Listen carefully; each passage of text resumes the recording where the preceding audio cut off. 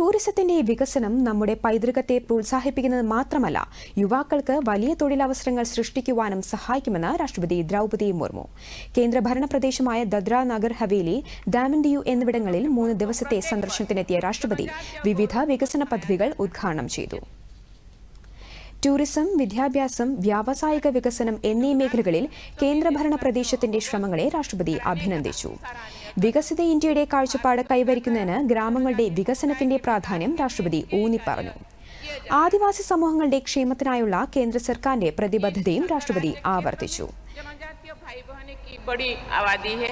मुझे बताया गया है कि जनजातीय समाज के कल्याण और विकास के लिए यहाँ के प्रशासन द्वारा अनेक कदम उठाया जा रहा है.